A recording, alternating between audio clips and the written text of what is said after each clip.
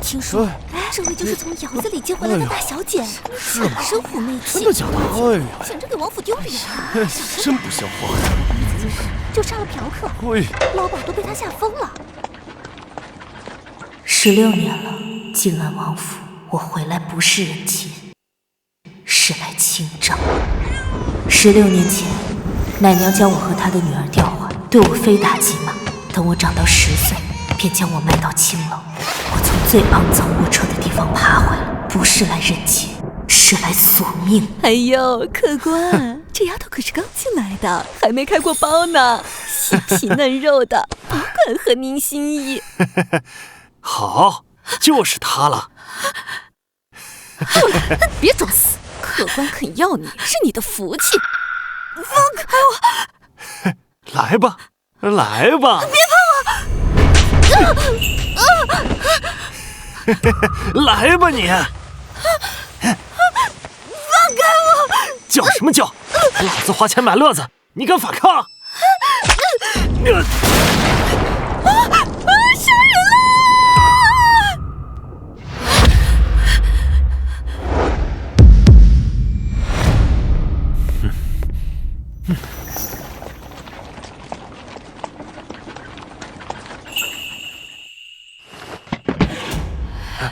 来了。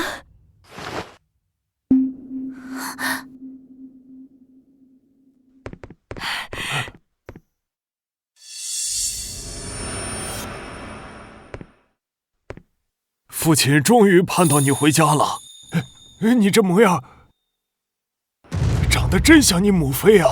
切，不就一个乡下丫头吗？我可怜的女儿，这些年你受苦了，让母妃好好看看，居然瘦成这样。母妃，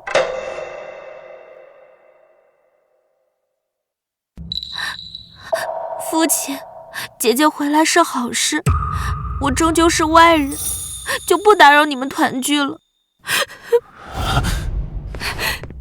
胡说什么？你永远是母妃的心头肉。我的母妃对这个养女可真好。母妃，瑶儿，你在府中的地位永远不会变，没人敢叫你受委屈。还真是个心机女啊！妹妹戏真好，可惜鸠占鹊巢，鸠终究是鸠。你放肆！瑶瑶也是你能编排的，竟然这样指我！拿开你的脏手！我在洛城杀第一个人的时候，你还在玩你一把，再指我，废了你这只手！哎呦，哥哥，小宁，瑶瑶她一时难以接受。难以接受？我被她生母卖入青楼时，谁问过我能否接受？那是你命贱！哎呦，不准打哥哥！怎么，这就心疼了？我被你亲娘卖进窑子时，可有人心疼过一秒？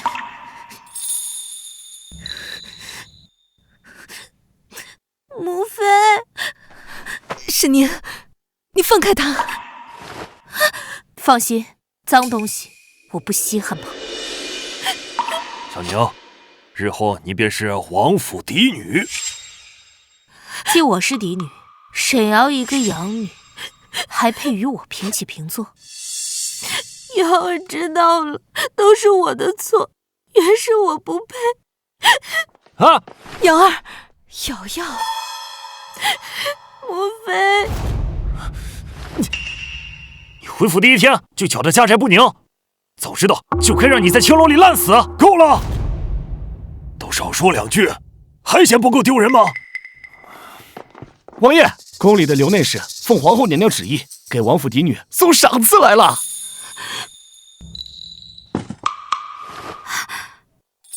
皇后娘娘懿旨，此物特赐王府嫡女，恭贺血脉重聚。谢皇后娘娘。母妃，这莫非是娘娘封后大典所带之物？定是念我自幼长在王府，自是赏给我们瑶瑶的。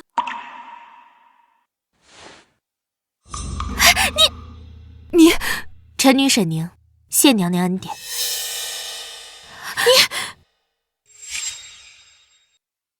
你放下，这是我的。我的东西你也配抢？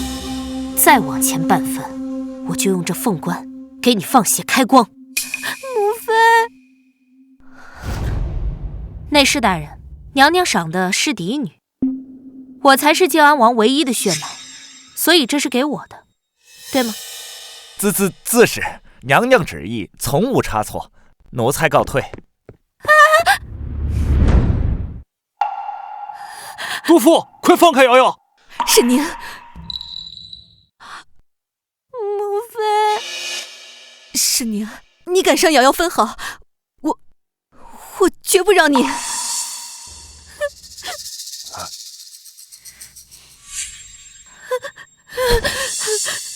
姐姐为何要这样对我？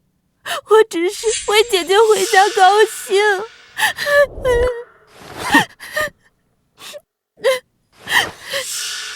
父亲，您都看见了，他刚回府就动手打人，现在还要杀瑶瑶，这种蛇蝎心肠也配做王府嫡女啊！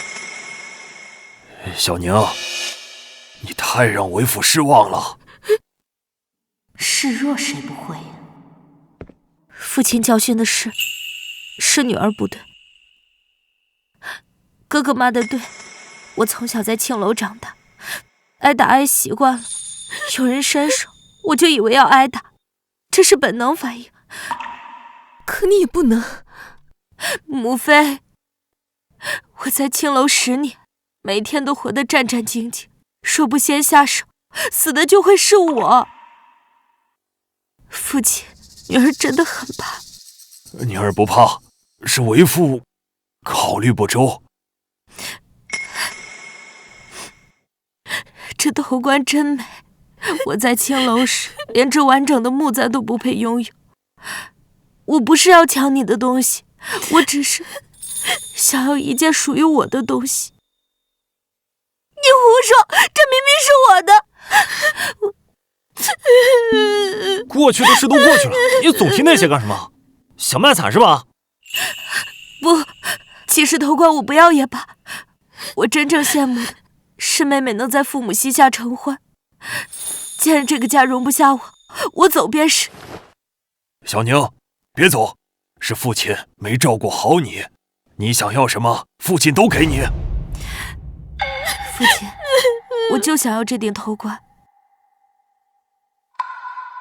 还有嫡女应有的郡主封号。父亲，王爷，郡主封号，瑶瑶也盼了许久了。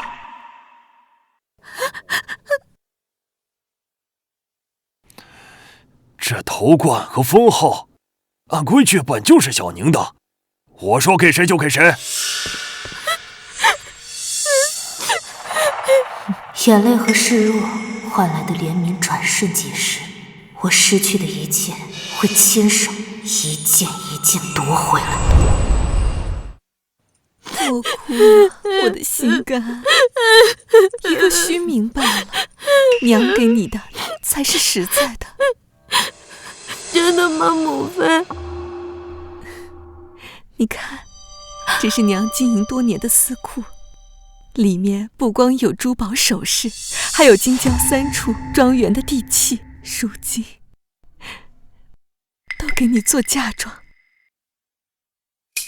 母妃，姐姐刚回府，怕是连件像样的头面都没有，这钥匙女儿不能要，还是给姐姐吧。好一副母女情深，如此我便都抢过了。给他做什么？他一个刚从那种地方回来的人，没得糟蹋了东西，府里自会给他准备新的。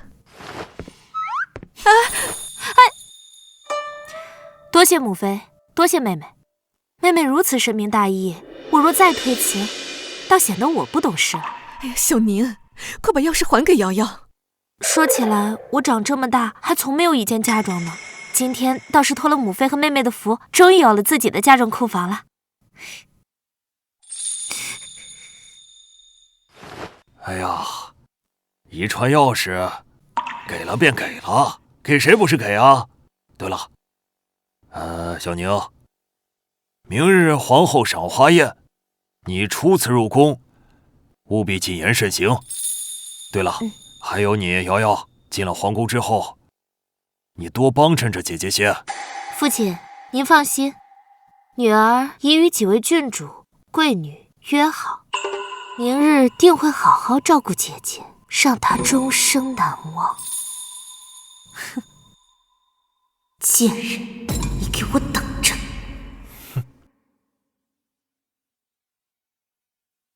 静安王府果然没让我失望，这些富贵荣华本就该是我的。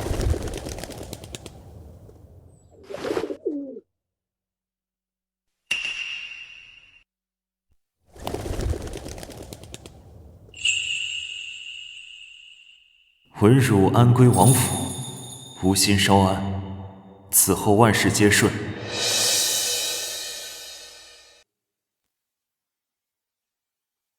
明枪易躲，暗箭难防。这赏花宴是他们的猎场，又何尝不是我的？瑶瑶，这位姑娘瞧着面生的很呢。你看她那样子，举手投足没有半分大家闺秀之态。怕是哪个乡下来的土包子，没见过宫中这等世面吧？诸位姐姐，她是我从府里带来的丫鬟，今日我带她入宫，怕是有些紧张，失了分寸。大家要是有什么杂活，尽管指使她便是。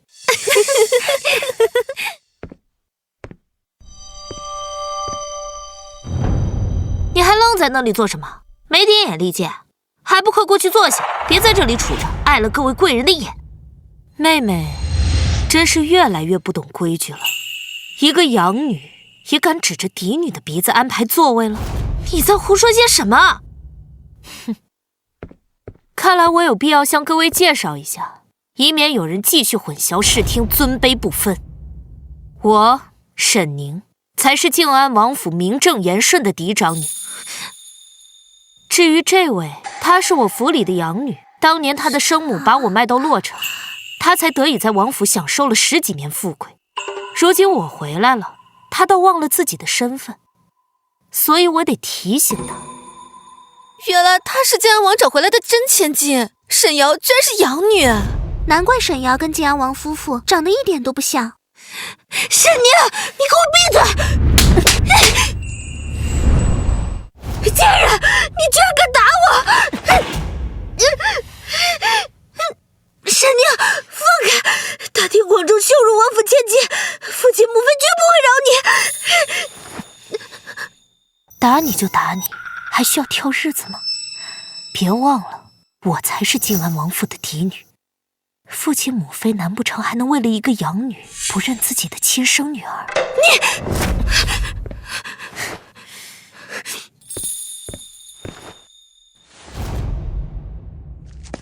沈宁，你给我让开！这个位置我看上了。凭什么？这是皇后娘娘按品级安排的。凭什么？就凭规矩是给守规矩的人定的。而你，你不配。妹妹怎么如此不小心，连杯茶都端不稳了？快擦擦，这般模样岂不失了王府体面？沈宁，你是故意的！是又如何？你能拿我怎样？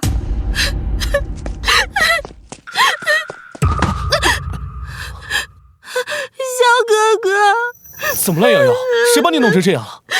是姐姐，我只是想将好位置让给姐姐，她却泼我茶水，还当众辱我。那是英国公府的萧世子吧？身份多金贵啊！听说她跟沈二小姐是青梅竹马，还定了娃娃亲呢。成为王府真千金，这下糟了！得罪萧世子，怕是在京城待不下去了。哪来的野丫头，见了世子还不行礼？懂不懂公规？我姓沈，乃陛下亲封的靖安郡王嫡女。你一介奴籍，也配在我面前论公规？你，英国公府的门风，今日倒是领教了。世子，这牙尖嘴利，果然是从窑子里回来的，千人整万人跨的下贱胚子。即便穿上华服，也改不了骨子里的粗鄙下贱。方才瑶瑶说你抢她位置，泼她茶水，可是真的？姐姐，你别生气，萧世子都是瑶瑶不好，是瑶瑶自己抢了姐姐的位置，不怪姐姐的。别乱喊，你不过是我府里的养女，摆正自己的位置，别总想着攀关系。姐姐，我知道你不喜欢我，我只是想帮你融入大家，你怎么能这么说我？沈宁，瑶瑶处处忍让，一心为你着想，你竟如此恶语相向。方才那般羞辱她，现在还敢咄咄逼人，你真当没人治得了你？她要是善良，方才就不会编排我是丫鬟，还想让我去做下人的席位。我没有，姐姐你误会了，我只是担心姐姐不知礼数，给王府丢脸。好，沈宁，任你巧舌如簧，也改变不了你心思恶毒，当众欺凌瑶瑶的事实。现在立刻给瑶瑶下跪道歉，再保证以后不再欺负她，我可以饶了你。否则，我让你在京城待不下去，连靖安王府都保不住你。跪下道歉？萧世子好大的口气！我沈宁亲王嫡女，可以跪天跪地跪父母君王，何来跪一外姓臣子之说？难不成你有僭越之心？我可记得觊觎储君之位，可是谋逆大罪啊！你敢污蔑我，沈宁，你找死！姐姐，你怎能血口喷人？萧世子他只是为了帮我，没有半点谋逆的心思。你这是要陷他于死地啊！我不过是顺着萧世子的话说，他就说要让我在京城待不下去。我问问他是不是想当太子，怎么就成了污蔑？难不成我说中了某些人的心思？你胡说八道！哼，我不过是教训你这个不懂规矩的丫头，什么时候有过僭越的心思？算了，我懒得跟你这种乡野丫头争论此等大逆不道之言。你赶紧和瑶瑶道歉！道歉？给沈瑶这种抢我身份、靠装可怜博同情的养女道歉？萧世子，你怕不是被他灌了什么迷魂汤，脑子都不清醒了吧？放开！萧世子，要不就算了吧。姐姐她刚回京城，不懂宫里的规矩，要是真闹大了，父亲和母妃会担心的。沈宁，今天你必须道歉，否则别想走出这个门。萧玉，你被沈瑶当枪使，还觉得自己很威风？你就是个被女人玩弄于股掌的无脑蠢货，连真假是非都分不清。你找死！说得好，让他嘴硬。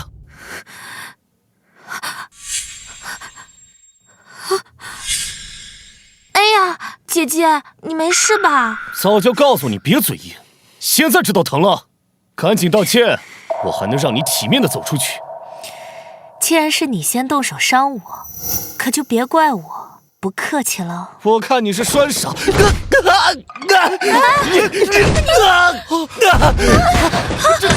哥哥，你敢对我动手？姐姐，你怎么能对萧世子下这么重的手啊？姐姐看不惯我，有什么都冲我来就好。要是萧世子有个三长两短，整个靖安王府都会被连累的。哦，你简直无法无天！此事我定要。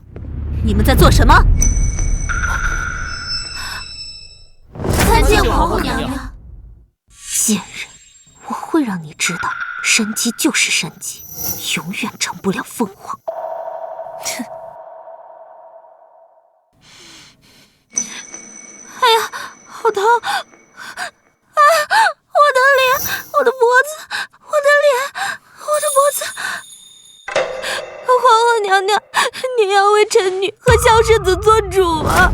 这是怎么回事？皇后娘娘，是萧世子他们欺负我，臣女在此处赏景，萧世子带着人过来，不由分说便拦住臣女去路，言语羞辱不止，还强逼臣女给沈瑶下跪道歉。臣女不愿，据理力争，萧世子便动了怒，对我动手。你胡说！皇后娘娘，她血口喷人，明明是姐姐她先对臣女恶语相向，还用不知名的毒粉，害臣女起了疹子。妹妹，你怎能如此颠倒黑白？那疹子从何而来？妹妹，你心中当真没数吗？我知道，你一向不喜我回来，觉得我分了父亲母妃的宠爱，占了你嫡女的位置。可你也不能因此就伙同外人，如此诬陷于我呀！沈宁，你装什么可怜？分明就是……够了！皇宫内院吵吵嚷嚷，成何体统？此事孰是孰非，本宫自会查个水落石出。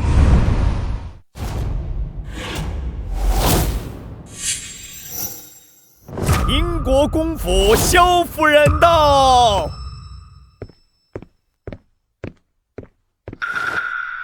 臣妇参见皇后娘娘。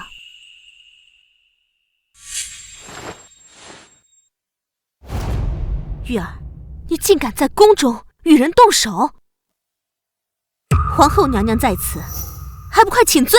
娘，我只是不小心，他也动了手打我啊！你哪里受伤了？让娘看看，哪里呀？下流！萧夫人，您别怪萧世子，都怪我，是我跟姐姐起了争执，萧世子只是想护着我，才跟姐姐闹起来的。哦，是这样啊。那日后还请沈姑娘和世子保持距离，免得世子日后再为你出头受伤。娘，跟瑶瑶没关系，都是沈宁的错。给我闭嘴！还嫌不够丢人是吧？沈宁小姐，你额头上的伤怎么样了？等我回去，我一定好好教训这个逆子。晋安王王妃，晋安世子到。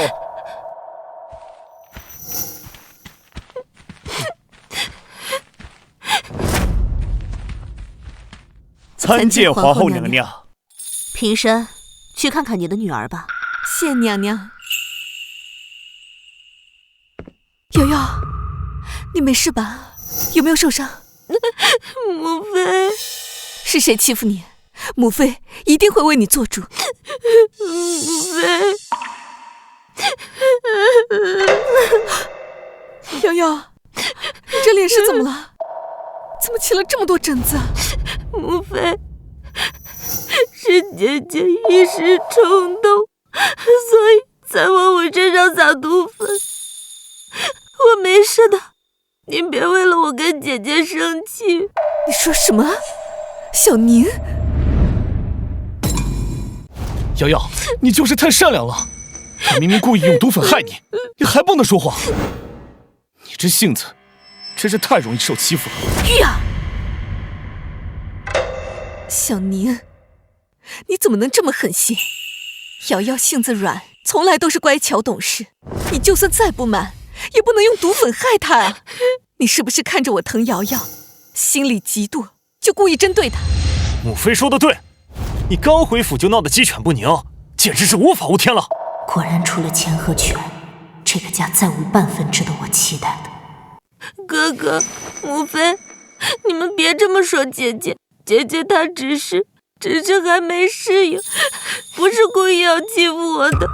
我的傻瑶瑶，都被人欺负了，还帮着说话，还真是感人啊！一个养女装可怜，亲娘和亲哥哥就不分青红皂白的指责亲生女儿。哼，你们不愧是一家人。沈瑶，你可真会演啊！京城里最有名的戏子，怕是都比不上你的本事吧？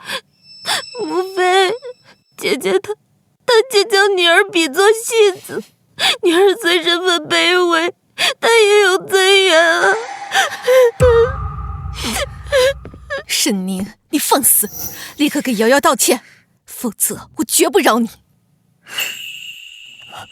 皇后娘娘，您都看到了，沈宁她言行无状，心肠歹毒，求娘娘为臣的妹妹做主，严惩沈宁，以儆效尤。皇后娘娘，静安世子所言极是，沈宁嚣张跋扈，若不加严惩，只怕日后更加无法无天。请娘娘明断。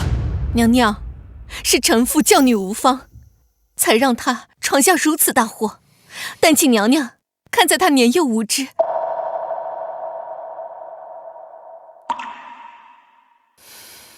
但凭娘娘发落。好了，此事本宫自有主张。宫中发生此等事情，本宫必定会查明真相。若真有人使用此等阴私手段，无论是谁，本宫绝不轻饶，定严惩不贷。皇后娘娘圣明，既然要查明真相，那不如就从源头查起。你们口口声声说我用了毒粉，证据呢？就凭他几句话和几个疹子？瑶瑶的脸就是证据，她难道还会自己害自己不成？哦，是吗？那不如让我们看看，究竟是谁身上藏着这些不上台面的东西。姐姐，你要干什么？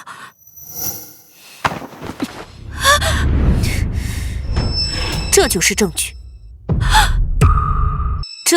这就是证据。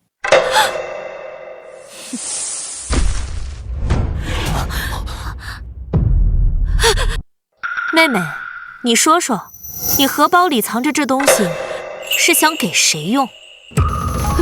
不，这不是我的，莫非是你一早把这毒粉藏在我荷包里，故意陷害于我？陷害？从进御花园到现在，皇后娘娘和诸位都看着，我哪来机会藏？妹妹这谎也太拙劣了。沈宁，你知错不改，还敢给瑶瑶泼脏水，简直无可救药！臣女恳请皇后娘娘明鉴，还臣女清白。就算荷包从瑶瑶身上拿的，也不能证明毒粉是她的。瑶瑶性子纯善，连蚂蚁都不忍踩，怎会藏着阴毒东西？倒是你，回府就处处针对瑶瑶，依我看，指不定是你栽赃。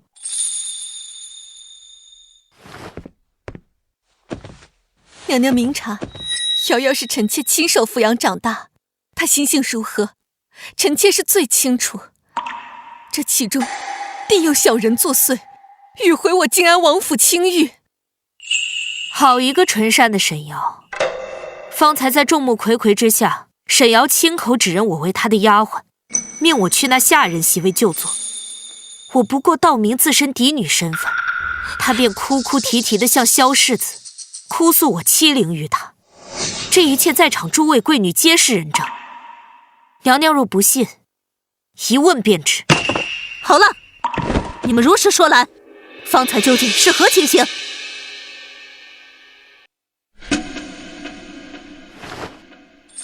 回娘娘，沈二小姐确实曾说沈大小姐是她带来的丫鬟。瑶瑶，不是这样的，莫非不是这样的？到底是谁手段龌龊，又是谁鸠占鹊巢，仗势欺人？娘娘明鉴。莫非我不是故意的，我只是害怕自大姐姐回府，父王将属于我的头冠封号都给了他，我怕父亲母妃不再疼我，怕这个家再也没有我的位置，我只是一时昏了头。傻孩子，莫哭啊！你是母妃心尖上养大的女儿，母妃待你的心意，何曾变过半分？纵是宁儿回来，你仍是母妃最疼爱的瑶瑶啊！你仍是母妃最宠爱的瑶瑶啊！宁儿，咱们再怎么说也是一家人，瑶瑶也是一时糊涂。你便看在母妃的面上，宽宥他这一回，可好？母妃此刻倒记起我与你们是一家人了。方才沈瑶口口声声指控我施用毒粉，欲置我于死地时，母妃可曾念过半分骨肉亲情替我说话？母妃只是……都说我妻沈瑶，可究竟是谁窃占我身份16载？我不过是想拿回本就属于我的东西，护着我嫡女应有的体面与尊严，这便叫做欺负吗？我被奶娘调换，10岁卖去青楼，日夜活在恐惧里，原以为回家能得温情，可母亲眼里只有瑶瑶，兄长也只护着她，可我才是静安王府名正言顺的嫡女，我为何要受这等屈辱？明儿，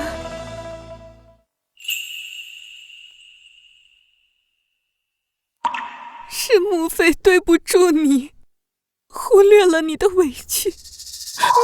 母妃，瑶瑶，沈大小姐，沈大小姐，玉儿方才莽撞，我代她向你赔不是。萧夫人不必多礼，今日之事，我先与夫人道声谢。何出此言？玉儿有错在先，我代她赔罪是应当的。今日在场的诸位，或护着沈瑶，或指责我沈宁咄咄逼人，唯有萧夫人，您问了我一句伤势如何？可萧世子推得我头破血流，还说要让我在京城无立足之地，这般行径，哪是一句代赔不是能接过的？他该自己承担代价。够了，沈宁，你无非就是怨恨我们偏心瑶瑶，可她毕竟是王府养了几10年的女儿，我们多呵护着她些，有何不对？反倒是你，回府之后便处处揪着旧事不放，锱铢必较，何曾有过半点一家人的样子？兄长说的真是轻巧，说当年被偷换人生的是你，如今归来却发现所有亲人都护着那窃取你人生之人，你还能否站在此处这般大度宽容？你罢了，牙尖嘴利，我说不过你。我若在王府长大，得父母宠爱，怎会不愿和他和睦？兄长今日所见的我这般斤斤计较，寸步不让，岂不正是拜这16年颠沛流离所赐？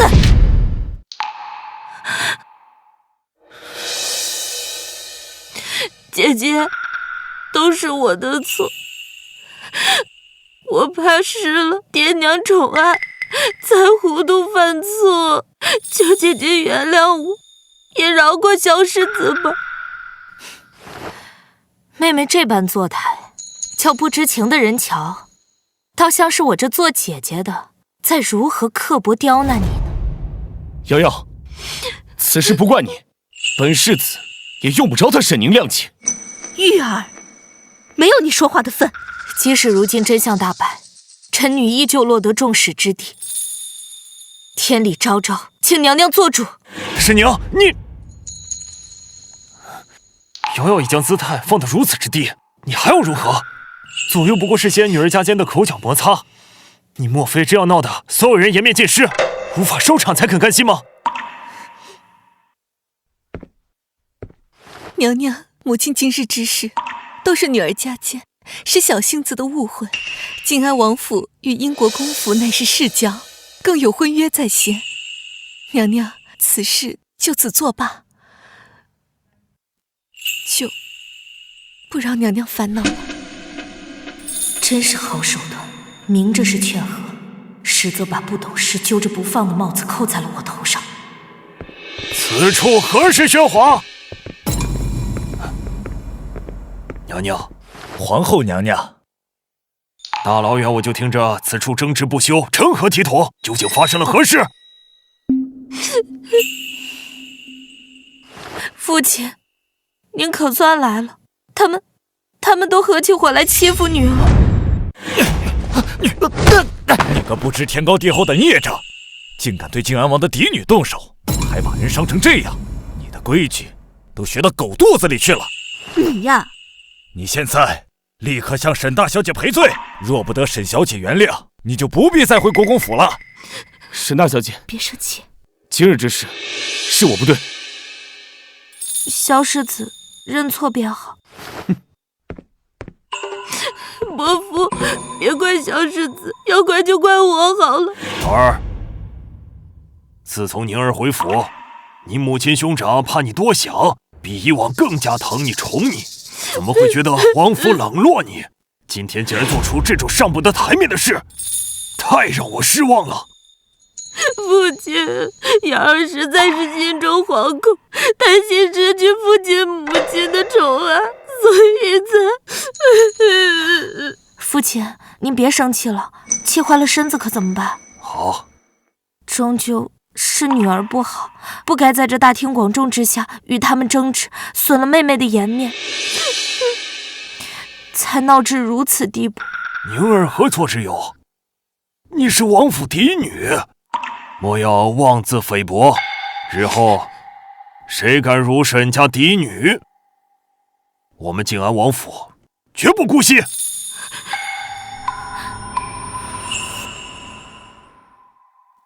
我要的从来不是一句道歉，而是静安王大庭广众之下的偏袒。我要让天下人知晓，我沈宁才是静安王府唯一的嫡女。父亲也太狠心了，为了给沈宁出气，罚我在祠堂跪了1晚上，如今又亲自去请沈宁用膳，这才回来几日啊？父亲就这般偏心？这次确实是宁儿受了委屈，父亲已经被攻破，不能再让母亲也站在那个贱人那边。母亲，都是我的错，以后要是姐姐怨恨我，也是应该的。怎么能全怪你？母亲，沈宁处处欺负瑶瑶，依我看，她就等着要挑瑶瑶的错处，心机深沉，咄咄逼人。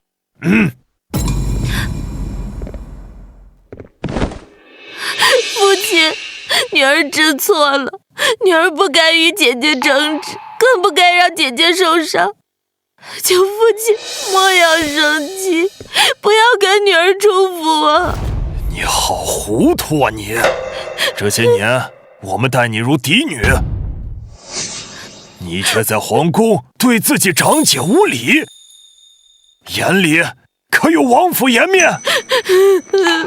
王爷息怒，瑶儿她已知错了。父亲，瑶儿也是一时糊涂，您就饶她这次吧。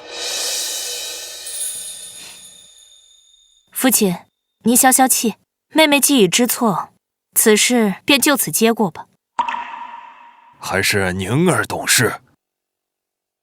父亲已同英国公谈妥，罚他萧玉在府中禁足3月，每日抄100遍《论语》自省。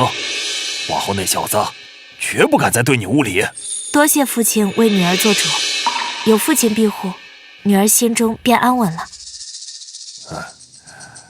今日之事虽有你长姐为你求情，但同样惩罚不能少。从今日起，停掉你1年的月银。什么？父亲，1年月银并非小数，这您罚的是不是太重了？王爷，平日里世家小姐出游买个小物件，身上不带银子会让人笑话的。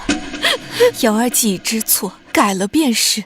这月银是否可酌情减免些许？够了，此事我已决断，休要再议。起来，用膳。是你。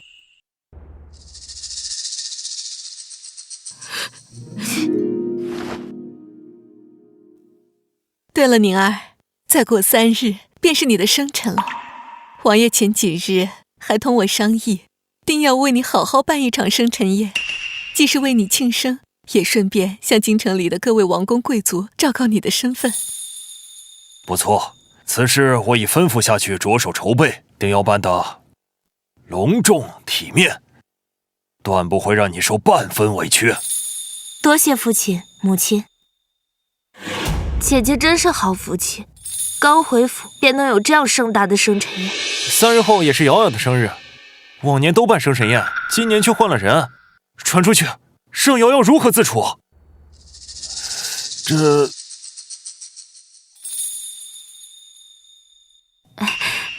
父亲、母亲，既然我和姐姐是同一天生辰，不如我们一同办生辰宴，岂不更加热闹喜庆？也显得我们王府姐妹和睦，省得旁人说闲话。你们觉得如何呀？哎呀，好，好，好，瑶瑶能有这份心思，父亲甚慰啊！就这么办，姐妹俩一起庆生。看瑶瑶多懂事乖巧，你以后记着点瑶瑶的好，别总想着法子欺负她。生日宴本是为了昭告我嫡女的身份，跟沈瑶一起办，反倒像是平起平坐的亲姐妹了，说不定还会被沈瑶抢了风头。她倒是打得好主意。父亲，我不过是一场宴席，与妹妹同伴又如何？父亲母亲皆是为了府中和睦考量，你莫要不知好歹，负了长辈好意。兄长这话不对，这场宴本是为昭告我嫡女身份，与沈瑶同伴，岂不是模糊了嫡庶？好，够了，都不许胡闹！生辰宴那天，谁都不许出幺蛾子。这次我不仅遍邀京中权贵，还特意递了帖子请皇上驾临。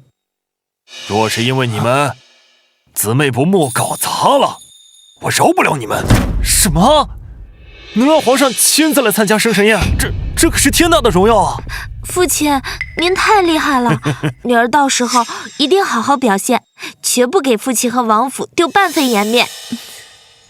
为父请圣驾亲临，一是为你们姐妹庆生添些光彩，二是有一桩要紧事。陛下近来有意推进河道疏浚的项目，为父想借此良机，自请督办此事。若能成事，于国于民有利，亦能稳固我静安王府在朝中的地位。所以那日容不得半点差错。父亲放心，女儿不会让父亲失望。姐姐可要谨言慎行，别像上次不知礼数，免得冲撞了皇上。沈宁，疏浚河道是朝堂大事，你一个从青楼里出来的，连账本都未必能看懂，到时候少开口乱说话，别让别人看出你是个啥也不懂的草包，丢了王府的脸。父亲，若是女儿能助您达成心愿，您要如何奖励女儿？父亲，若是女儿能助您达成心愿，您要如何奖励女儿？如何奖励？我倒是很看好姐姐。沈宁，朝堂之事可不是儿戏，你就使劲出风头吧，当心聪明反被聪明误。瑶瑶，你别捧着她，一个刚回府的丫头，既没人脉又没本事，还敢夸下海口帮父亲成事，简直是痴人说梦。到时候别搞砸了，连累整个王府。宁儿啊，疏浚河道乃关乎国计民生大事，其中牵扯户部银钱调拨，地方协调，绝非儿戏。你刚回府没多久，连京中局势都没摸透，又懂什么朝堂事务啊？宁儿，母亲知道你想分忧，但这事你掺和不了。你没读多少书，连账本都看不懂，别帮不上忙，还添乱。依我看，你不过是想哗众取宠，妄图争功罢了。届时只怕功劳抢不到，反将脸面丢尽。世间万事未曾尝试，焉知不成？女儿只问父亲一句：若女儿果真侥幸能助父亲促成此事，您可不能吝惜赏赐。好，我就认你这股劲儿。成了，金银、身份都给你。但若是办砸了，损颜面，休怪本王不讲父女情啊！父亲放心，女儿既敢开口，便自有分寸，定不会令您失望。好，好，好！哎呀，永山，永山，等着看吧，到时候他肯定会哭着求父亲原谅。沈宁，我本只想在生辰宴上压你一头，没想到你这么急着去送死，我倒要看看你怎么把这大话圆回。哎呀，你来了，恭喜恭喜啊！好久不见。哎呀，瑶儿，哥哥，生辰快乐！哇，这太漂亮了！这莫非是西域进贡的羊脂美玉？听闻这般成色的玉料，整个京城也寻不出几件，世子爷真是用心至极了。哥哥，这太贵重了，瑶儿太喜欢了，多谢哥哥。傻丫头，你是我唯一的妹妹，我不对你好，又能对谁好？皇上驾到！吾皇万岁万岁万万岁！都平身吧，今日朕不过是来讨杯寿酒，沾沾喜气。诸位不必拘礼，自在些便好。谢陛下。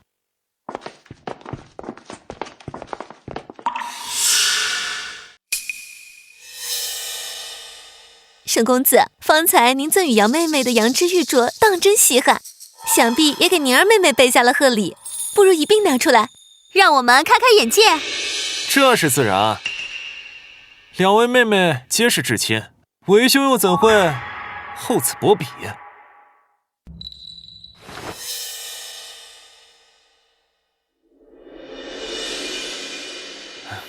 宁儿，这是为兄送你的生辰礼。姐姐怕是欢喜的怔住了，妹妹替你瞧瞧兄长的心意。呀，兄长真是体贴入微呢。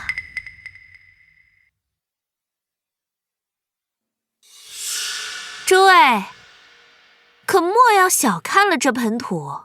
兄长说了，姐姐啊，自幼长于乡野，刚回王府，恐怕会水土不服，身子不适。兄长特意去姐姐旧日居所挖了这盆故土带来，以为姐姐思乡之情，保姐姐身体健康啊。这岂是贺礼，分明是折辱人啊！乡野黄土竟也能当生辰礼，当真是开了眼了。不过黄土配乡野丫头，也是王八配绿豆啊！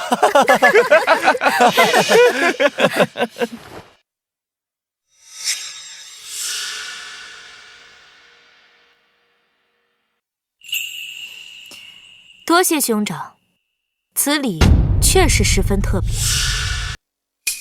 沈泽公子真是思虑周全，体贴入微呢。哎呀，正是呢，我与兄长琢磨了数日，唯恐姐姐刚回府里不适应，特寻来这故土，也好叫姐姐有个寄托念想之处。沈宁，别以为父亲接你回来，给了你几分好脸色，你便能觊觎属于我的东西。兄长、母亲，这王府里所有的宠爱、尊荣，都是我的。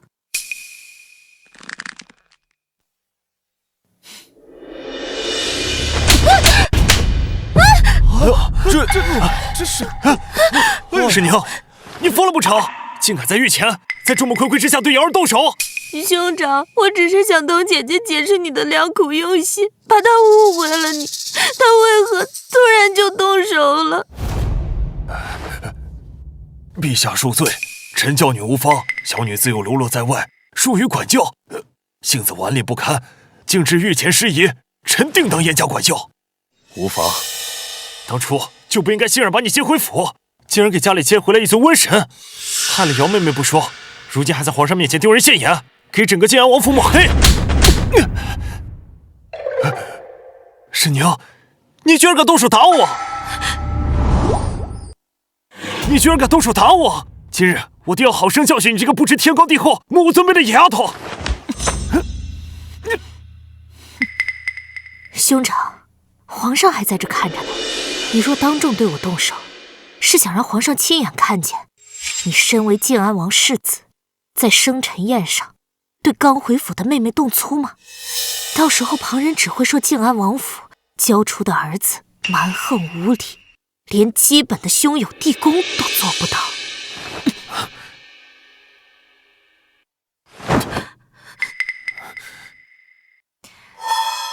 方才我与兄长、妹妹玩笑嬉闹，一时失了分寸，动作大了些，惊扰诸位雅兴，宁儿在此赔罪了。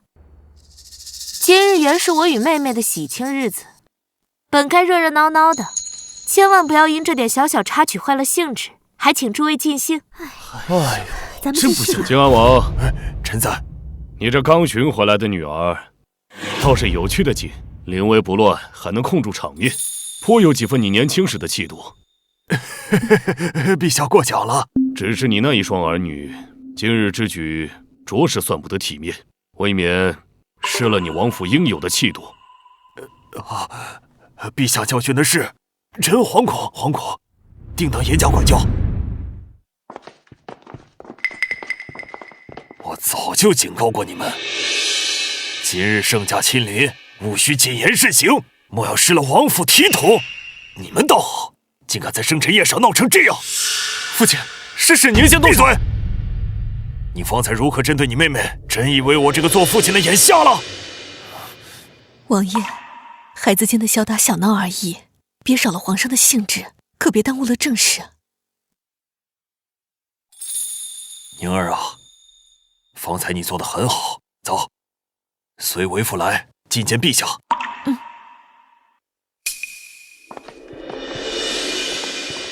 看王爷这般态度，这位刚回府的真千金怕是要得势了。这真千金气度不凡，谈吐有度，完全不输世家大族养的千金啊！难怪要接回来。江南水患哪是沈宁这个草包能懂的？沈宁，等你冲撞了皇上，那可是杀头的大罪，我看你怎么下得了台。哥哥，走。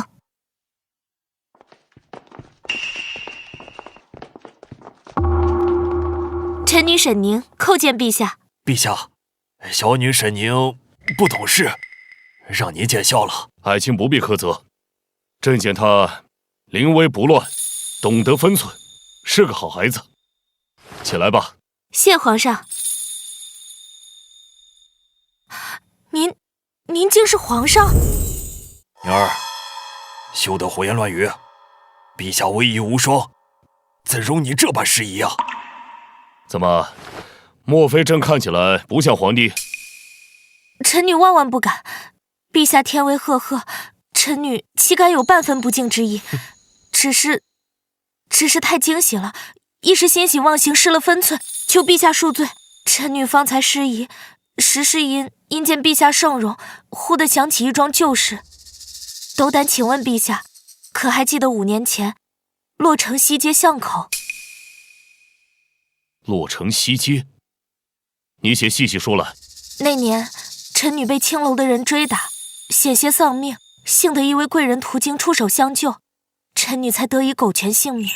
臣女多年来一直苦苦寻觅恩公下落，只盼能报答当日救命之恩，却始终不知恩公身份。今日见了陛下的眉眼，才斗胆妄加猜测。原来是你！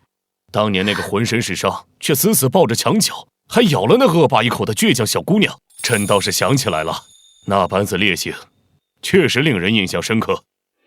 沈宁这个贱人居然运气这么好，我今天必须让他得到教训。正是臣女，若非陛下当年人心相救，臣女早已是洛城孤魂。救命之恩，无一日敢忘。今日得见恩公竟是真龙天子，臣女实在不知该如何是好。皆是陈年旧事，不必时时挂怀。你能安然归家，亦是你的造化。谢陛下隆恩，臣女无以为报。前些时日，偶闻父亲说起，陛下为国事操劳，时常难以安寝。正好这几日，臣女寻得几味安神静心的草药，把它制成了安神香。将此香燃之，可以助陛下缓解疲惫，心绪宁静。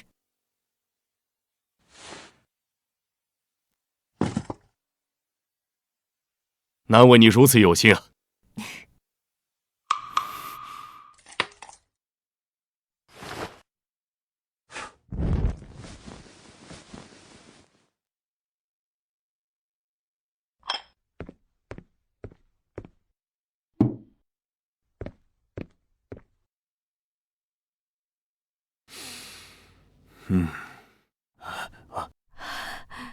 此香清而不腻，比朕宫中的更合心意啊！靖安王，陛下，你这女儿和你一脉相承，知恩图报，心思细腻，是个好孩子呀！陛下谬赞，都是小女运气好，能得皇上垂怜。皇上厚爱，臣女愧不敢当。姐姐心性爱出风头，嘴上说什么不敢当。瑶儿，不得胡言。父亲，不是姐姐毛遂自荐，说能治理江南的水患吗？我只是提醒，别耽误了江南的百姓。你当真能治理江南的水患？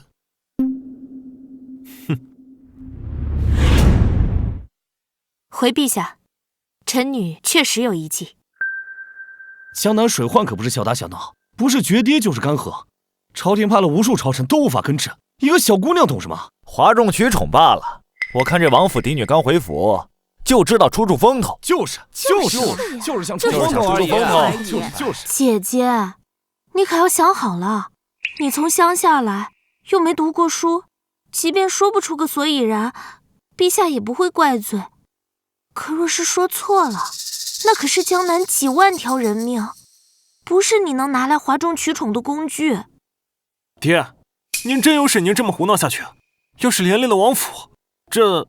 我既然能说出口，自然有10成10的把握。好，没想到朕与你这女子这么有缘分。你若能治理江南水患，朕不光赏王府黄金1万两，还赐你一块空白圣旨，你拿去随意落笔。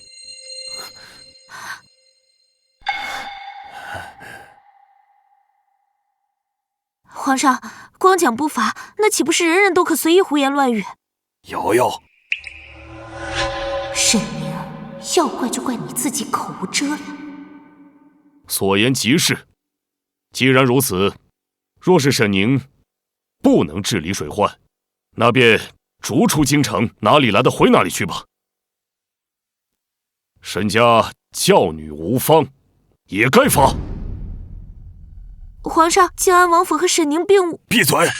若是王府出事，别怪我不念及父女情。靖安王，臣在。沈宁，你且说来。回陛下，臣女认为可在主河道旁开辟新河道，这样一来，河床偏高，洪水期自动流入新河道，还能方便周边百姓灌溉，一举两得。妙啊！化赌为输，我当初怎么没想到啊？此计甚妙啊！靖安王，你当真有个聪慧的好女儿。朕说话算话，来人开国库。是皇上。多谢陛下。沈大小姐真是深藏不露，没想到竟然有如此谋略。对呀，跟沈二小姐一比，简直云泥之别呀！哎，可听说王妃处处偏袒沈二小姐，对大小姐生疏得很，这下押错宝了。这个草包怎么会？我不信。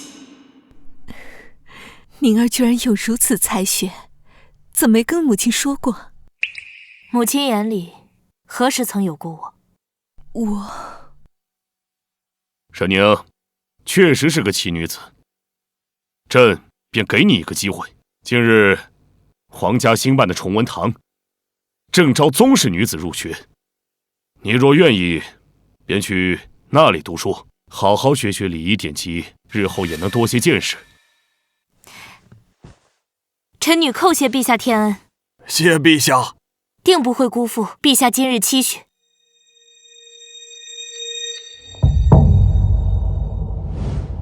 不愧是父亲的好女儿啊！今天多亏了你啊！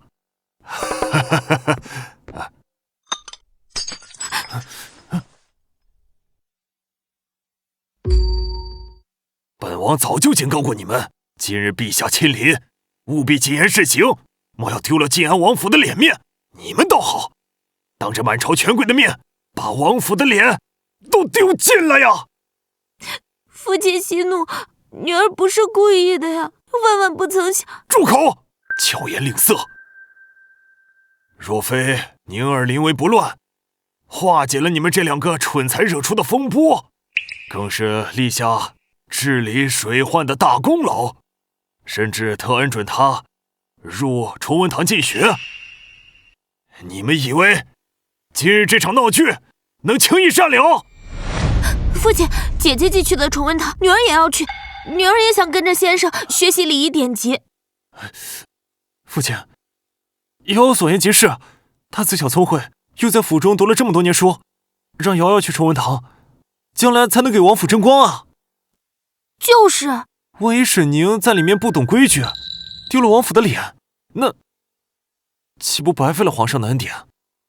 哦，大哥是说妹妹读了这么多年书，还不如我这个没见过世面的乡下丫头。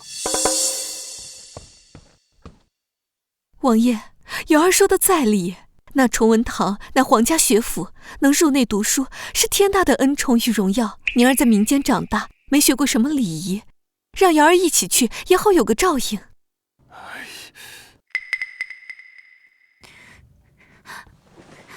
父亲，女儿真的很想去崇文堂读书，您就帮帮女儿吧。姐姐是沈家的女儿，难道瑶瑶就不是了吗？哎呀，罢了罢了，明日本王便觐见陛下，事照提上一提，但是成与不成，全看陛下决断。谢父亲，父亲对女儿真好。谢父亲，儿臣就知道父亲最疼瑶瑶。王爷英明，有您出面，陛下定会英明的。就这么定了。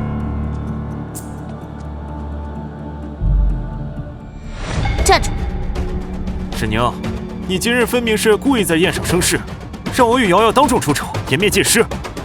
你究竟安的什么心？若不是父亲一味偏袒维护，我定要好好教训你。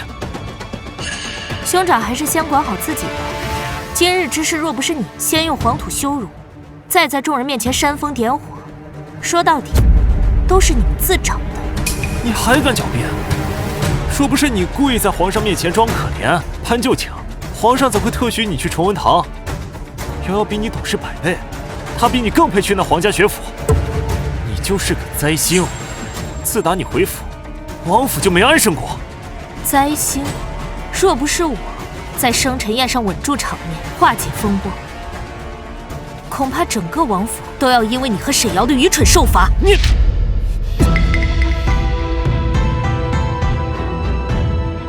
兄长，往后管好你和沈瑶的手脚，别再想着挑衅我，下次再敢惹我，可就不是禁足这么简单。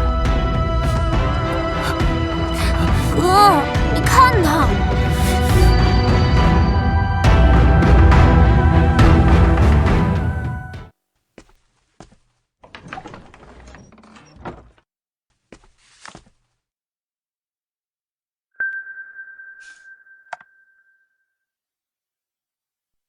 多谢告知圣上喜好，凝神香一事深得圣心，河道书卷项目与崇文堂名额皆已到手，附赠银票5000两，聊表谢意。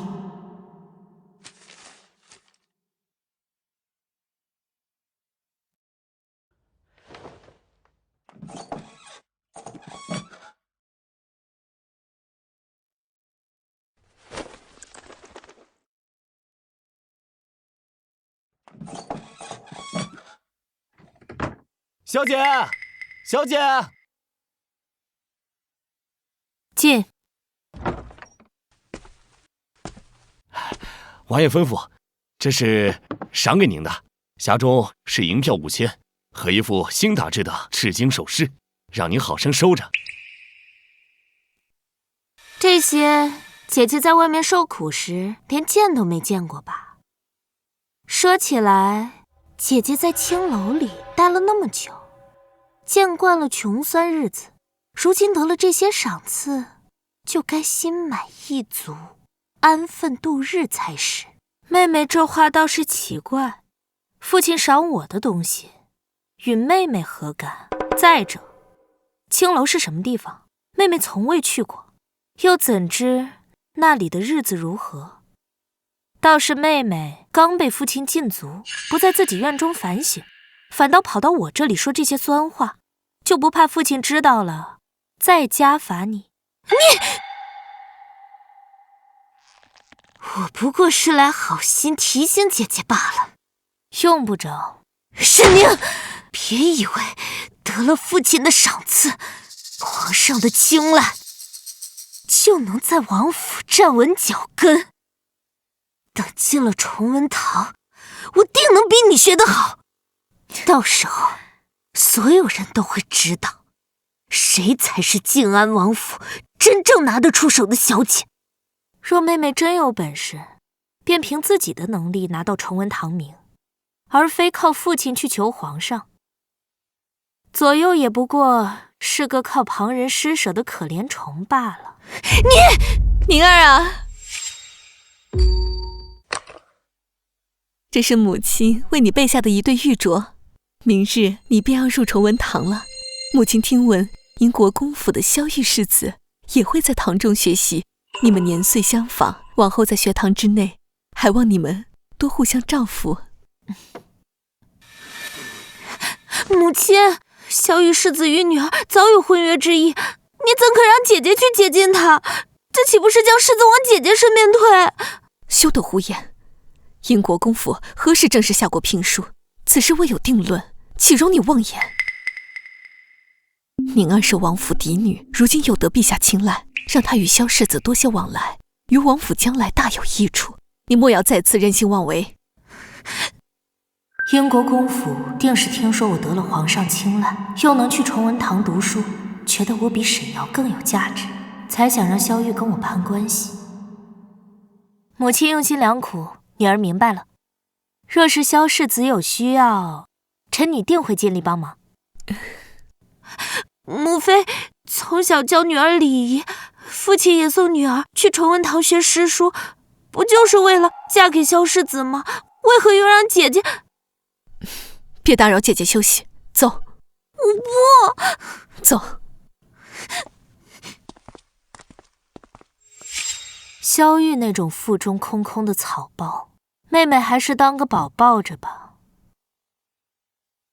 我要的从来都不是甘心屈居后宅做一个主母。父亲，你回来了。怎样？哎呀，放心吧，陛下破例同意让沈瑶也进入崇文堂读书。太好了，多谢父亲。看到了吗？我也去。萧哥哥，在等我吗？哟，你又变漂亮了。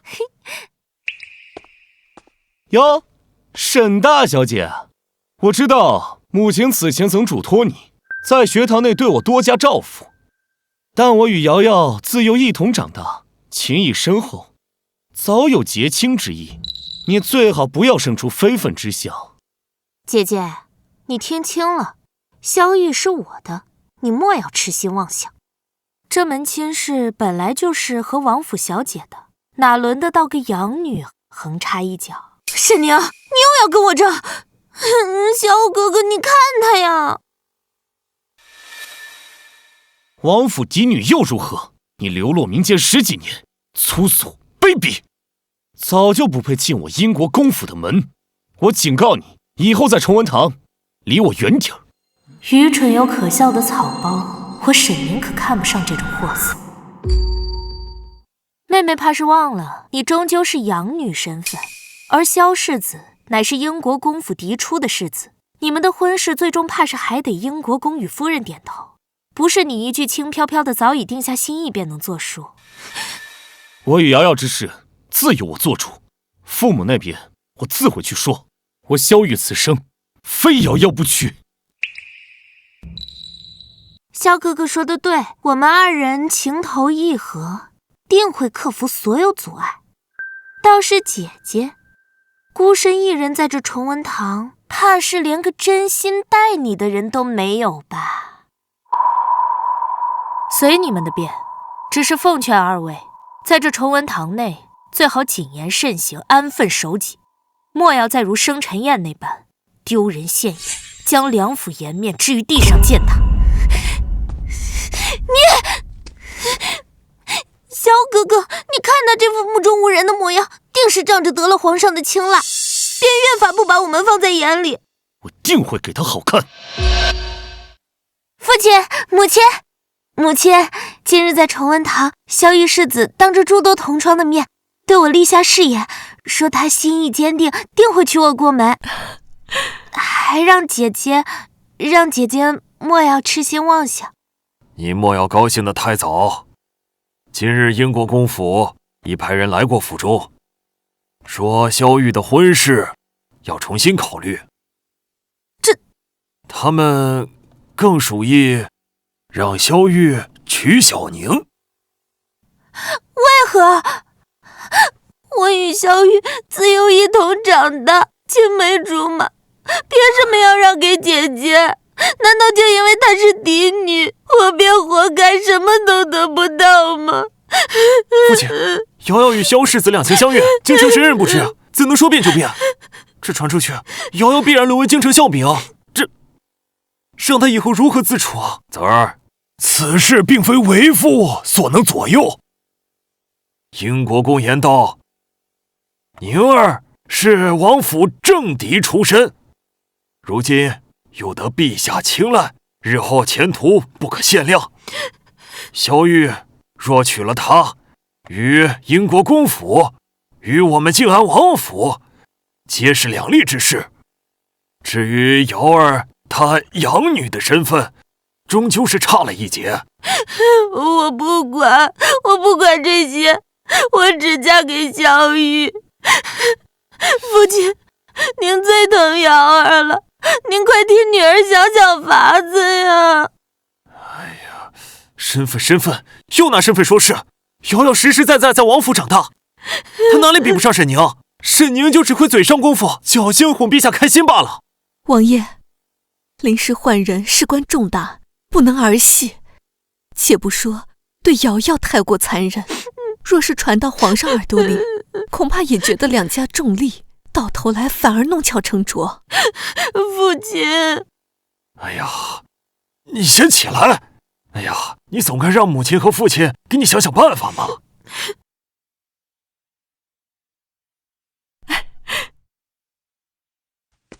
宁儿，我的好孩子，母亲知您最是明事理。是。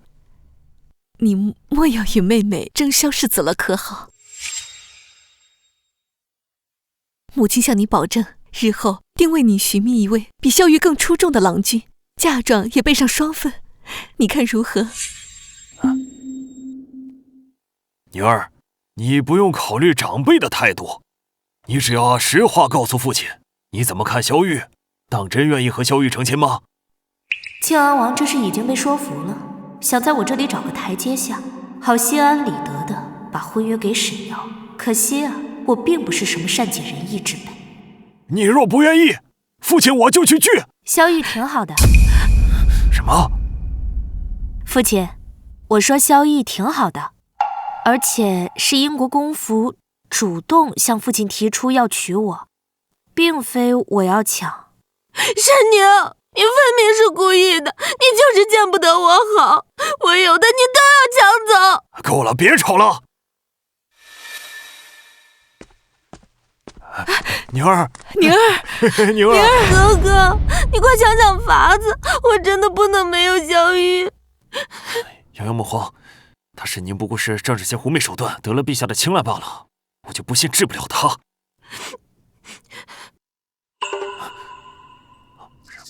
让我去。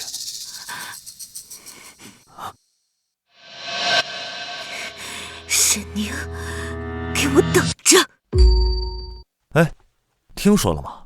这位靖安王府的真千金啊，以前是从洛城青楼里出来的，为了活命啊，跟过好几个男人呢。真的假的？看着倒还算端庄，没想到早就是个破鞋了。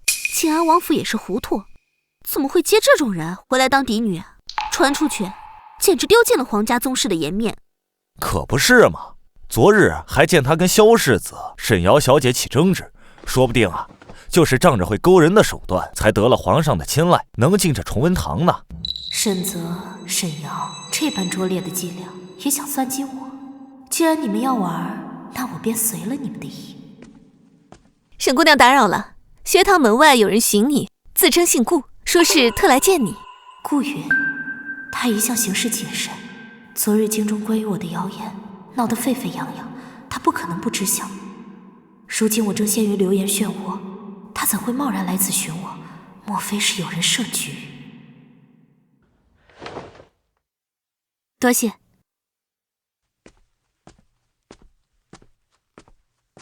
呀，姐姐，可算来了。你的老相好都找到学堂来了，看来当年他倒是没少为你花银子啊。姐姐也太不顾及靖安王府的颜面了吧？这崇文堂乃是皇家兴办的学堂，来往皆是宗室、贵女与世家子弟，何等体面的地方。你倒好，竟然把旧情人带到这里，对得起父亲和陛下的栽培吗？沈大小姐，这里是崇文堂，不是你随意私会外男之处。你若是想私会，还是请回府去吧，别在这丢人现眼，污了学堂的清净，也坏了我们这些同窗的兴致。我与顾公子不过是故旧相识，清清白白。到底是谁终日盯着旁人的未婚夫婿，毫无世家女子应有的体统与矜持？两位最清楚不过。你胡说八道！我与萧哥哥是情投意合，哪像你，靠着不清不楚的关系进了崇文堂，如今还敢在这里污蔑我！我看你就是嫉妒我，看我不好好教训你！哎呦！你竟敢打我！萧哥哥，沈宁，你好大的胆子！萧世子不可！这里是崇文堂，先生们随时可能过来。要是撞见动手打人，传到陛下耳中，不仅你要受罚，英国公府也会颜面受损啊！是啊，萧世子，您冷静些。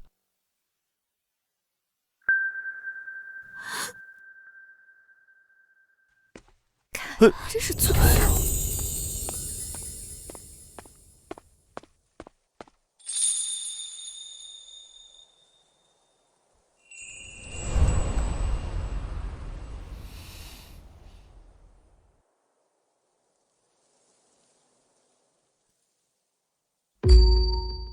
你怎会突然来此？昨夜有人将此信送至我处，信中言辞恶毒，全是构陷你的内容。我心中实在难安，便想着立刻来见你一面，把信给你，让你有个防备。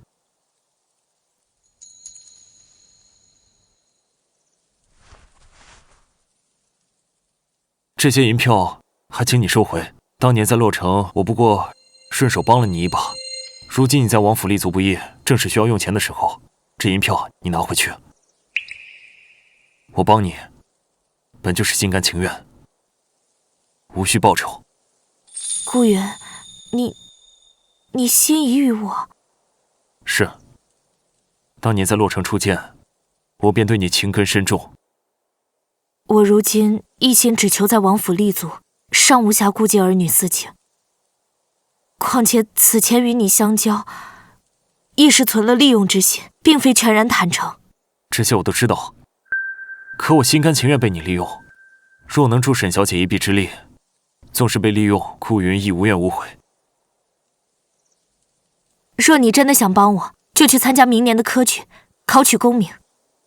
只有你有了能在朝堂上立足的资本，才能光明正大的护我周全。否则，你我便只能永远隐于这暗处，见不得光。好，我必当竭尽全力，金榜题名。他日若得功名，必护你周全。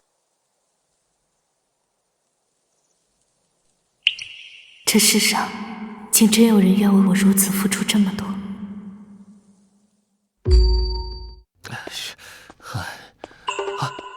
小姐，王爷在正厅等着你，脸色不太好，您小心些。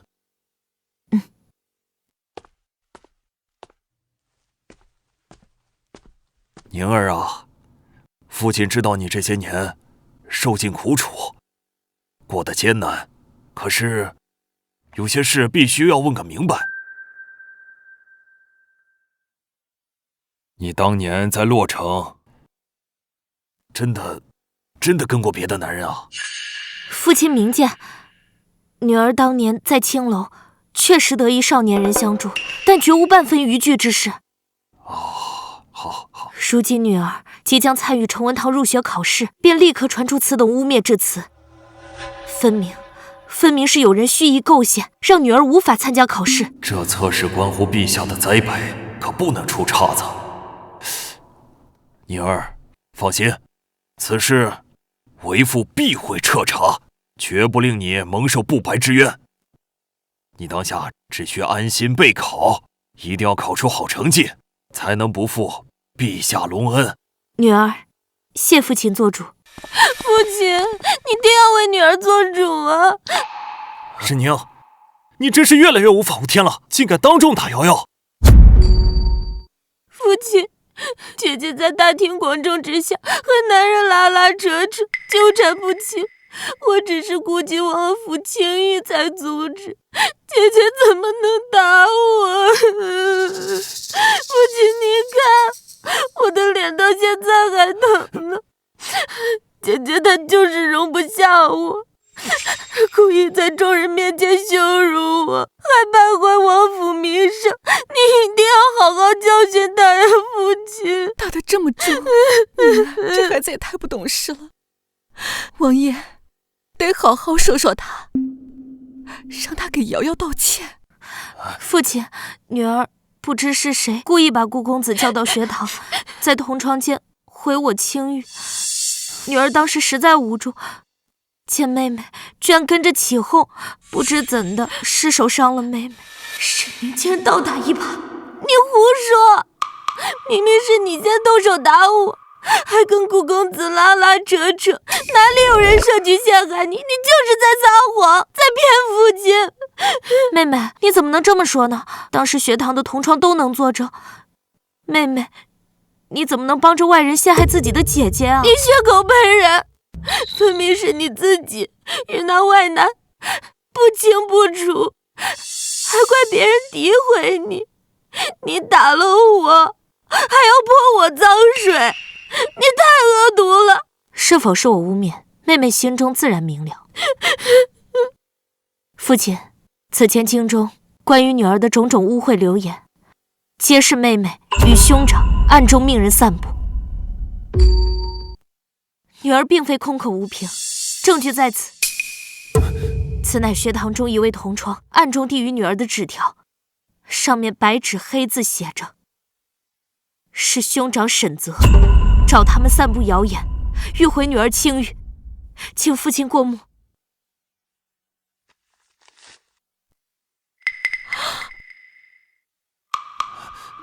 父亲明鉴，此物定是沈宁伪造构陷。他这种从青楼出来的人，最会撒谎骗人了。父亲万不可轻信啊！就是啊，父亲。够了！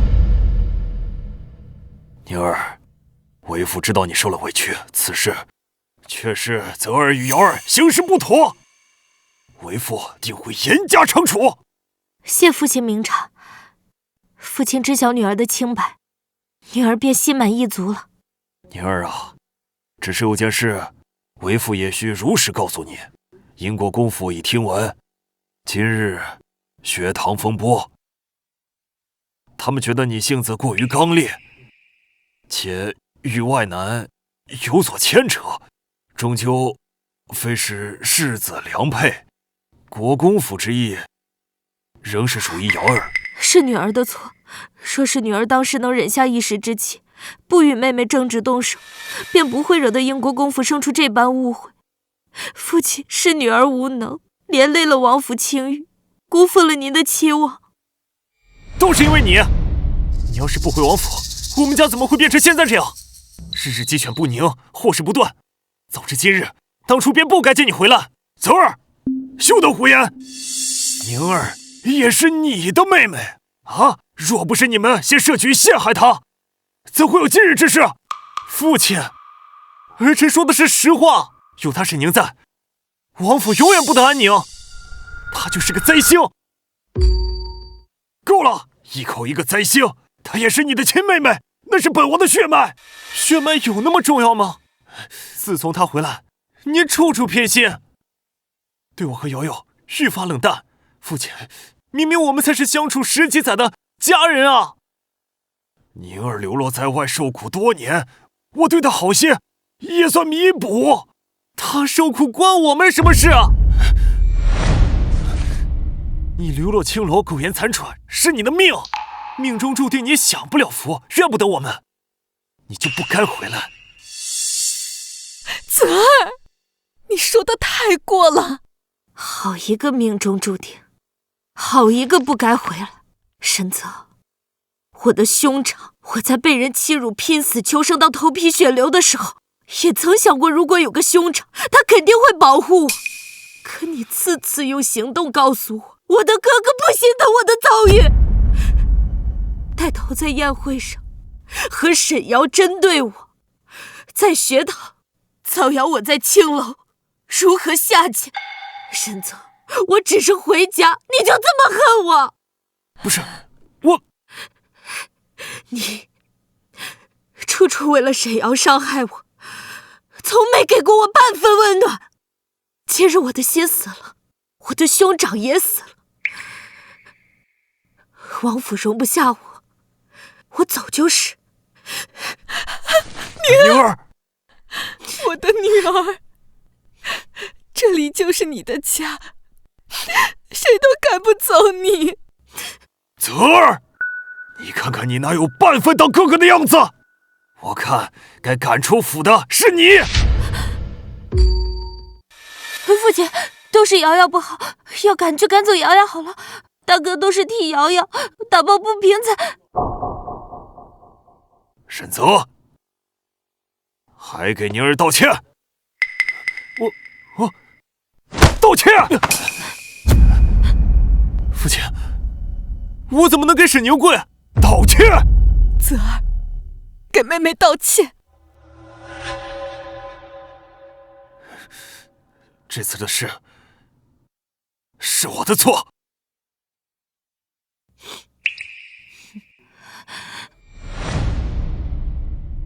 宁儿啊，此番你是无妄之灾，为父错怪你了。你母亲从江南请了4个绣娘来，让他们用上好的苏绣替你裁一件罗衣，体体面面的去考试。我的女儿谁都不能欺辱。走。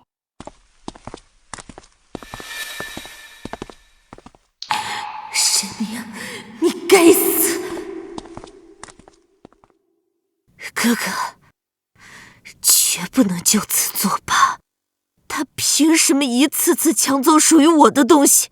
我们一定要让他这次测试扣砸，让他在父王面前抬不起头。瑶瑶放心，为兄已经想好办法，明日定让他栽个大跟头，永世不得翻身。沈小姐，在下突感腹痛如绞，实在难以支撑。可这考题得赶紧交给王夫子，延误不得。可否劳烦小姐帮我送一程？你快去寻如厕吧，我替你送去便是。多谢。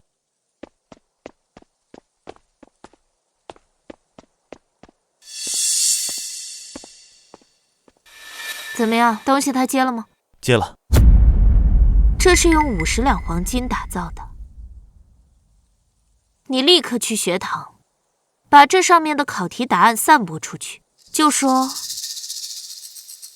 是有人从夫子那里偷出来的，你不愿看他一人作弊，才将答案告知大家。记住，管好你的嘴，事成之后还有重赏。是。沈宁，等考题泄露，看你怎么解释。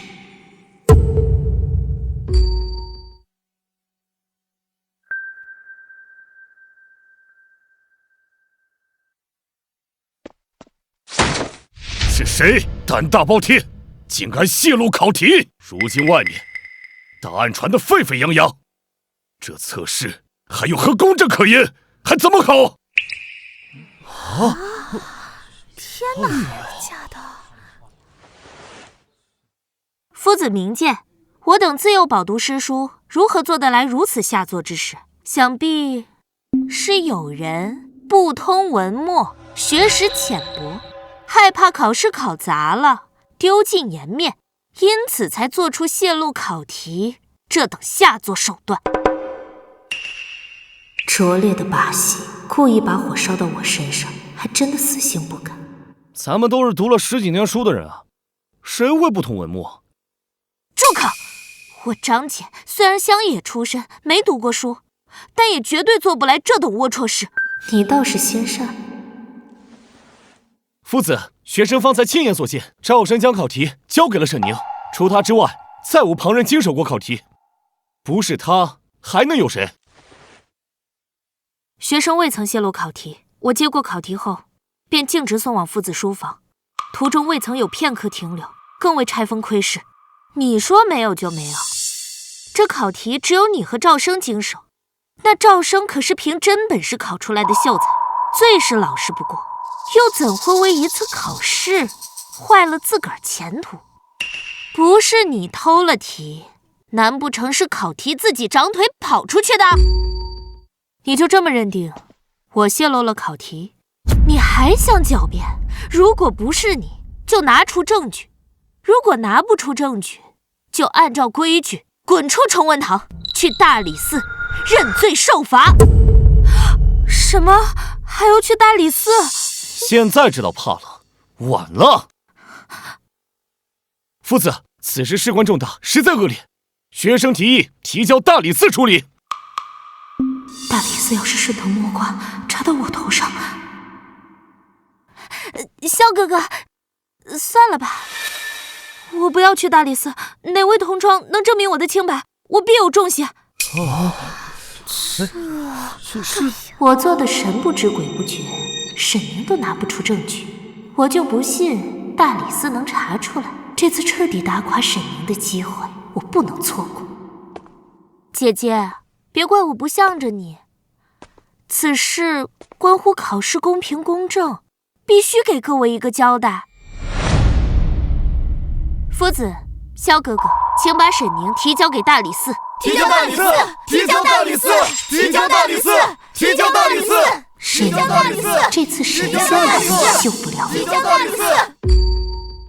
泄露考题，事关严重，绝不姑息。民间出来的草包，就算仗着血脉进了崇文堂，还是改不了手脚不干净的毛病。这种人恐怕连字都不认识几个，难怪要泄露试题，搅黄考试，怕暴露自己的无知，被王府赶出去。对啊，这考题只有沈宁和赵生接触过，赵生品学兼优，完全没必要泄露考题，而沈宁却拿不出任何证据证明清白。谁说我没有证据？沈宁，你还要狡辩？大胆！你怎么敢当众拆封考题？夫子请看。沈宁，大庭广众之下，你还要搞什么花样？你说的证据呢？沈宁，我看你真的失心疯了。事实证明，沈宁就是个疯子。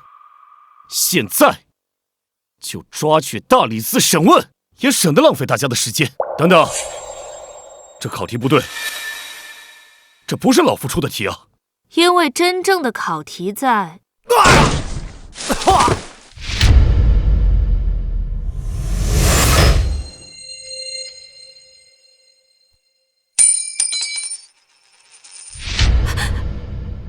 真正的考题在这里。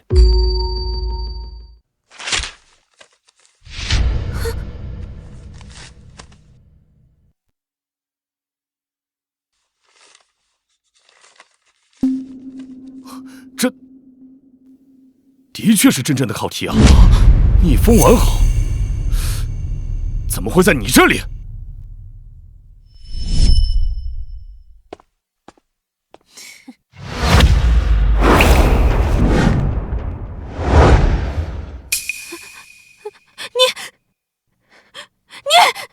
沈瑶害我之心不死，我自然要找人看着点。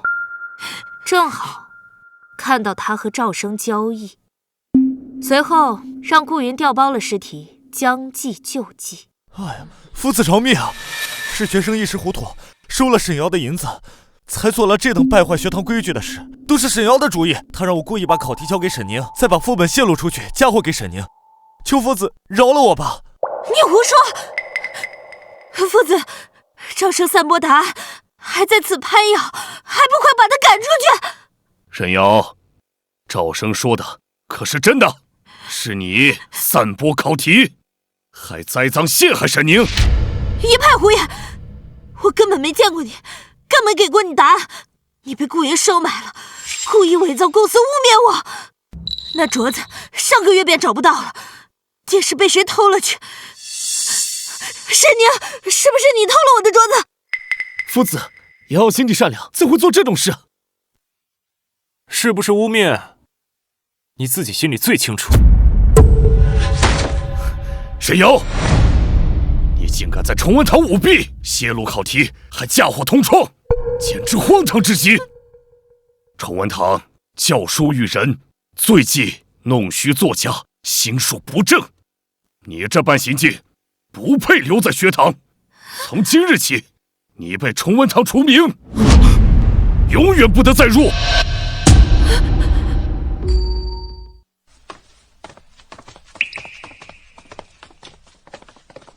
静安王殷国公，逆女！父亲，不是我。混账东西！沈瑶嫁祸同窗，行径卑劣。你不仅不加以劝阻，反而站在一旁帮着他污蔑沈宁。我英国公府被你这个色令智昏的小儿丢尽了脸面。还有你这般心性歹毒、品行不端，根本不配做我英国公府的世子妃。你和萧玉的婚约就此取消，永不再提。殷国公，不要取消婚约，我知道错了，我再也不敢了。求您再给我一次机会，萧伯父，求您了。爹，来人，把世子带回去，严加看管。若是敢私自出府，打断他的腿。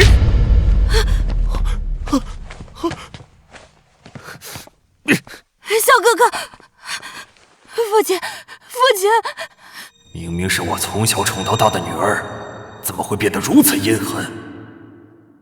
父亲，瑶瑶她也是一时糊涂，您就饶了她这一次吧。闭嘴！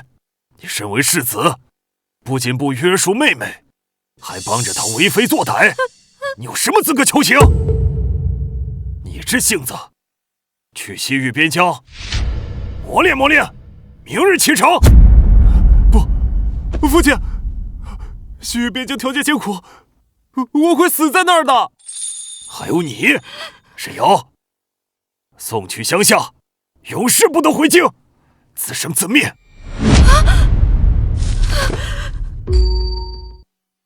父子，今日之事，让夫子费心，也扰了崇文堂的清静，本王在此赔罪。日后定当严加管教子女，绝不让类似之事再次发生。玩火自焚，沈瑶、沈泽，你们惹错了人。宁儿，这次委屈你了，你做得很好，临危不乱，将计就计，自证清白。你的能力确实担得起王府的未来。今日回去，你母亲名下的铺子就交给你管了。女儿不会让父亲失望的。好。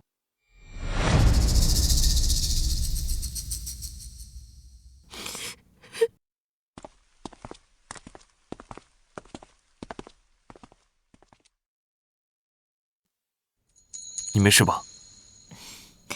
我没事，今日多亏有你，谢谢你。阿宁，我想单独走一走，你先回去吧。好，那你注意安全。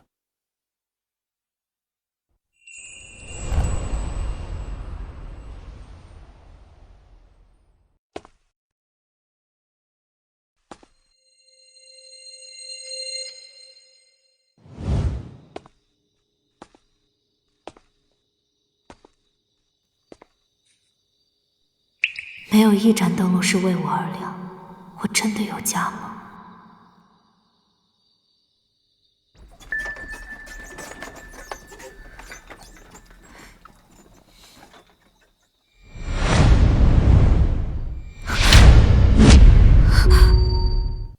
贱人，都是你！我原本该是靖安王府人人疼爱的嫡女，是英国公府的准世子妃，可现在都被你毁了！你为什么不死在青楼？我恨你！沈瑶，你冷静点，这不是我的错，是你先编造谎言诋毁我，是你买通赵胜，舞弊嫁祸，更是你不肯接受自己的过错，才落得今日的下场。就算没有我，你这般心性，迟早也会栽跟头。错，我哪里错了？我只是想守住属于我的东西。是你抢了我的身份，抢了我的宠爱，抢了我的婚约。今天我就要杀了你，让你再也不能抢我的东西，再也不能碍我的眼。去死吧！放开我！我要杀了他，他是灾星，他该杀！沈宁！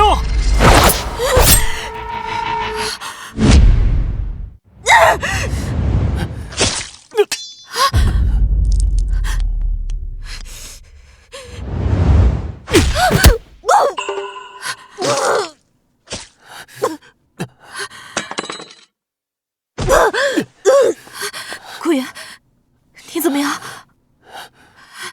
人，快找大夫！我是靖安王府嫡女沈宁，拜托你去靖安王府通报，就说沈瑶在后巷持刀行凶，请王爷带着大夫立刻过来。对不起，对不起，是我连累了你。别哭，说什么连累？护你本就是我所愿，你什么都不用做，你只管往上爬。我顾云心甘情愿保护你一辈子。怎么了？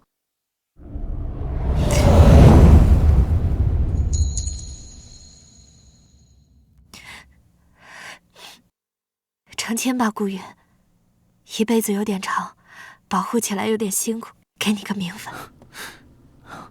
宁儿，宁儿，你没事吧？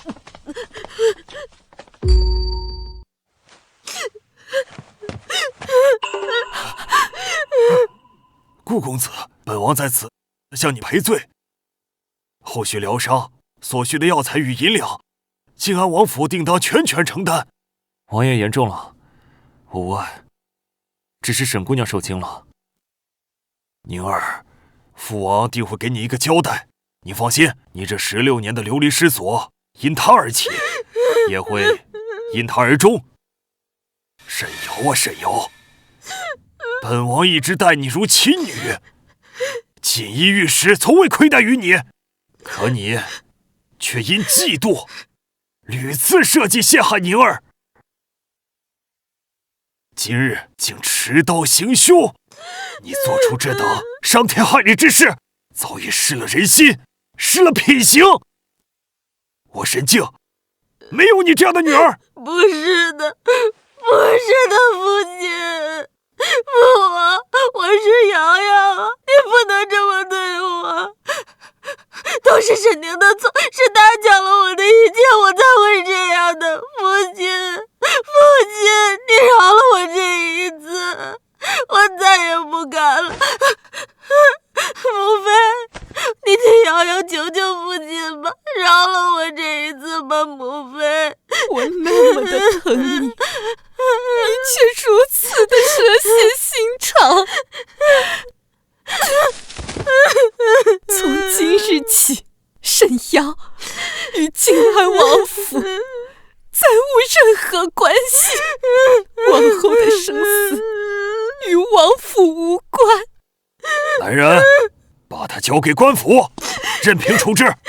沈宁，我恨你，若有来生，我定要你血债血偿。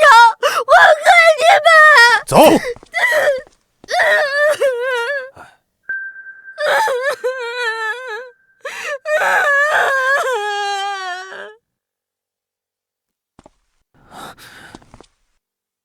恶人不配有下一世，就算有，我也会是最后的赢家。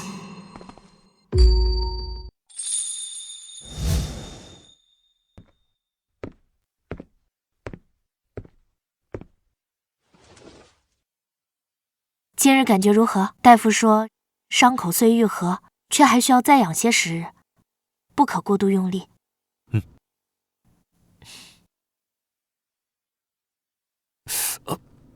怎么了？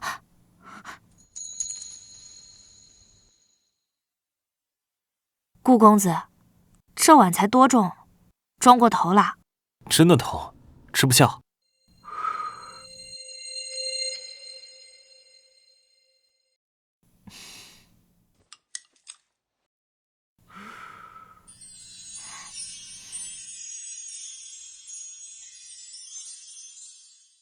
幼稚。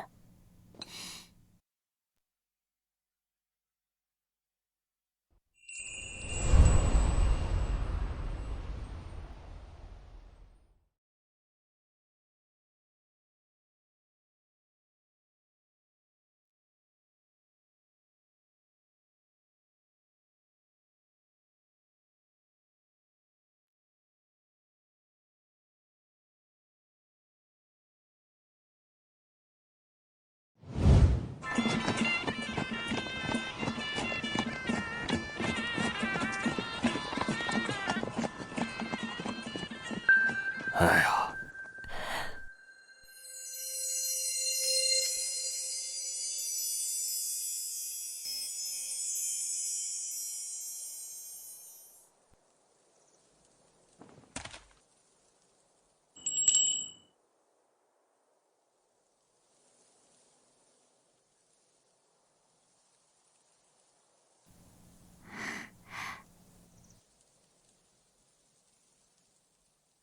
靖安王殿下，晚辈顾云，今日前来，是想向您提亲，求娶沈宁姑娘为妻。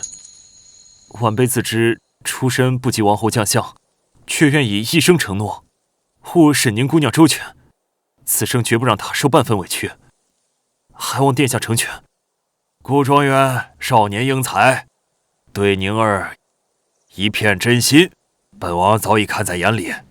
过去是本王对宁儿多有疏忽，如今能有你这般可靠之人护她、照顾她，本王放心。夫人，这门亲事你看？好，本王答应了。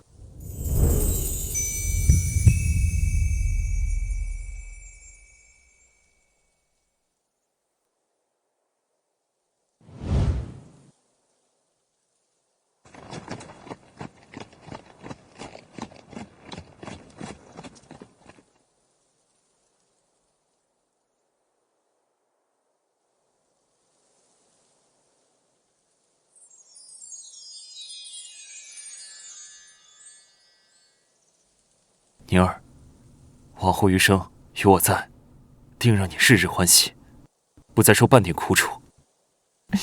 余生与君相伴，我亦无悔。